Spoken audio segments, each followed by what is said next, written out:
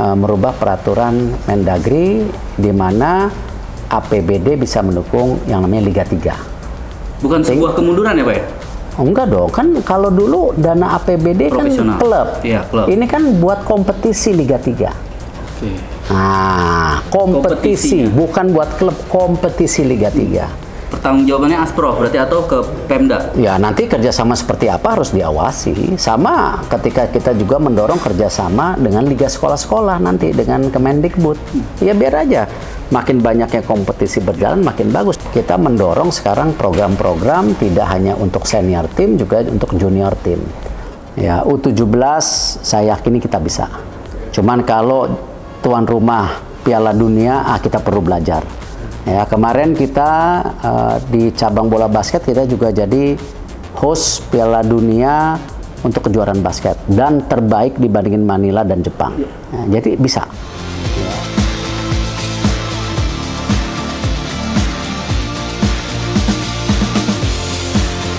Halo Sobat TK Tribuners, saya sudah berada sama Ketum PSSI Erick Thohir. Pak, bicara PSSI ya.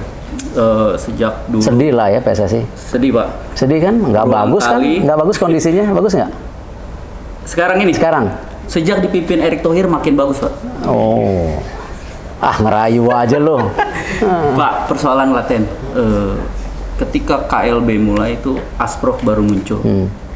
Tapi ketika tidak ada KLB atau KB, Asprofnya, Askotnya itu tidak kelihatan. Apakah PSSI tidak mulai berpikir suara ini kan harus mereka perjuangkan ya, artinya mereka harus bikin kompetisi dong, jangan mereka tiba-tiba muncul ketika KLB dan KB ini mengubah hal yang persoalan di PSSI. Gini, karena itu kemarin kan kita belajar juga dari FIFA punya program, di mana kalau Indonesia ingin mendapatkan pendana dari FIFA, apakah memang yang dinamakan FIFA Forward dan lain-lain, kita harus melakukan A, B, C, D.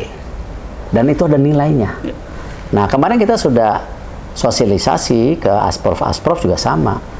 Ini programnya, ini bantuannya. Bahkan, saya berterima kasih kepada Pak Presiden.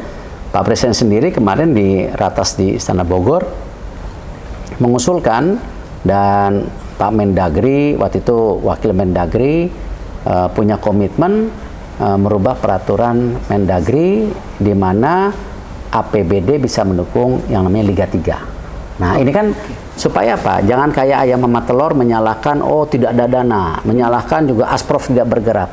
Ini merupakan satu kesatuan. Jadi kalau nanti misalnya ada tadi bantuan APBD Liga 3, ya kan, lalu Asprofnya makin profesional, ini kesinambungan. Ini yang kita harapkan. Ya sama, di PSSI pun kita mendorong sekarang program-program tidak hanya untuk senior tim, juga untuk junior tim. Tetapi tentu dengan tolak ukur, ya keuangan yang cukup, bukan keuangan yang muluk-muluk. Nah, ini yang kita jaga gitu. Artinya dimungkinkan atau akan ada aturan dana APBD bisa dipakai klub-klub Liga 3? Ini lagi kita dorong, kan sudah ada ratasnya. Bukan sebuah kemunduran ya Pak ya? Enggak dong, kan kalau dulu dana APBD kan klub. Iya, klub. Ini kan buat kompetisi Liga 3. Oke.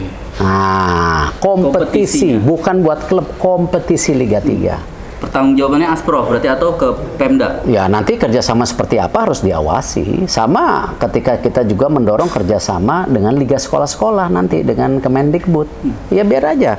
Makin banyaknya kompetisi berjalan, makin bagus. Seperti juga kemarin kita menandatangani kerjasama PSSI dengan 12 universitas untuk mendorong percepatan perwasitan dan pelatih. Karena kenapa? Para mahasiswa ini kan sudah sekolah olahraga 2-4 tahun.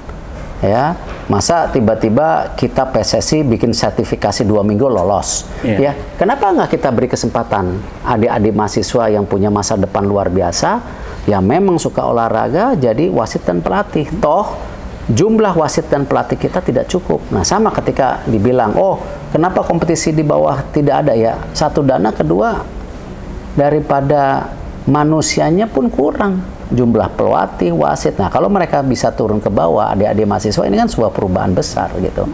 Nah, ini yang kenapa kita mau sinergikan yang namanya membangun sepak bola Indonesia tidak bisa sendirian. Sama ketika kita bekerja sama dengan Jepang, dengan Jerman, karena kita tahu kita tidak bisa sendiri.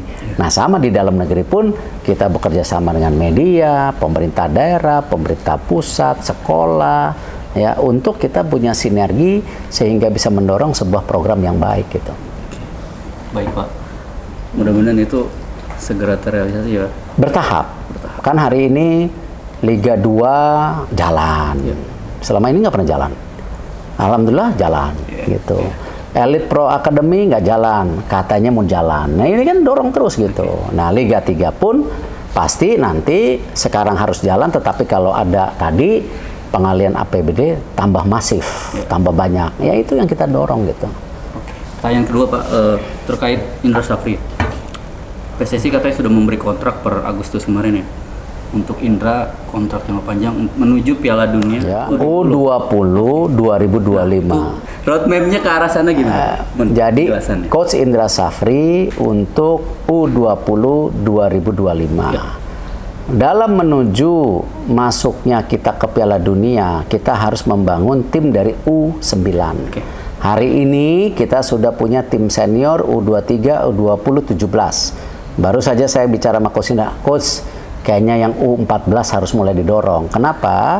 Ketika kita bicara U20 2025, artinya pemain yang U17 hari ini akan bermain. Nah, kalau ada U17, yang main siapa?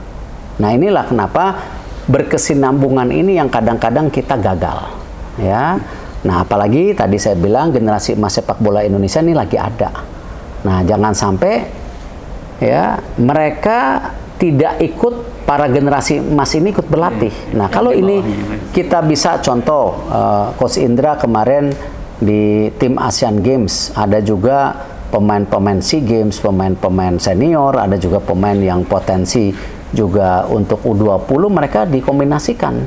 Nah, ini kan berarti ada apa? Yang namanya transfer knowledge, namanya capability, kemampuan. Nah, ini kan kalau kita lakukan berarti ada kesinambungan, ya. Kalau kita berlatih sama yang kurang bagus, ya kita akan turun. Cuma kalau berlatih sama senior, bagus. Makanya ketika kita dorong liga itu mesti ada U23 di Liga 1, U21 di Liga 2, tidak lain untuk percepatan daripada tadi transfer of knowledge, gitu. Pak, terakhir Pak, Piala Dunia U17 tidak banget. Itu sesuatu yang akan menjadi wajah kita sebetulnya. PSSI menyiapkannya gimana? Kalau apakah belajar dari Qatar kemarin atau akan ada hal yang berbeda? Kita punya pengalaman di Asian Games. Kemarin kita juga sebagai bangsa kita sudah melenggarakan G20 ASEAN Summit. Ya, saya rasa bangsa kita punya kapabilitas. Ya, U17 saya yakini kita bisa. Cuman kalau tuan rumah Piala Dunia, kita perlu belajar. Ya, kemarin kita di cabang bola basket kita juga jadi host Piala Dunia untuk kejuaraan basket dan terbaik dibandingin Manila dan Jepang. Ya, jadi bisa. Ya, dan tentu kita tidak mau jumawa U17 ini yang akan dilakukan di 4 kota, Surabaya, Bandung, Jakarta dan Solo, ya 4 provinsi tentunya, Jawa Timur, Jawa Tengah, Jawa Barat dan DKI Jakarta. Ini juga kita harus pastikan menjadi panggung dunia, kita harus sukseskan. Tetapi saat bersamaan juga kita berharap tim U17 kita juga benar-benar bisa berprestasi, paling tidak lolos grup. Tetapi kan draw-nya baru nanti malam, ya kita coba lihat. Tapi kita di pot 1 lumayan lah, ya kita lihat hasilnya nanti. Mohon dukungan. Pak, untuk Jakarta Bandung kali ini Pak, ada kereta cepat, apakah itu akan didorong ke arah sana? Maksudnya itu sesuatu yang membanggakan buat Indonesia. Ya memang salah satunya kenapa kita menempatkan 2 grup di Jakarta dan Bandung itu ada fasilitas kereta cepat, ya dapat digunakan, tidak pakai pesawat terbang. Jadi mobilitasnya sangat cepat. Jadi para pemain nanti ke Jakarta Bandung cuma waktu sejam, cepat. Nanti tinggal naik bis, gitu. Jadi logistik juga kita sudah perhitungkan. Oke, terima kasih Pak Erik atas jawabannya. Oke, Sobat WK dan Tribuners, sampai jumpa lagi pada narasumber berikutnya. Jangan lupa subscribe ya.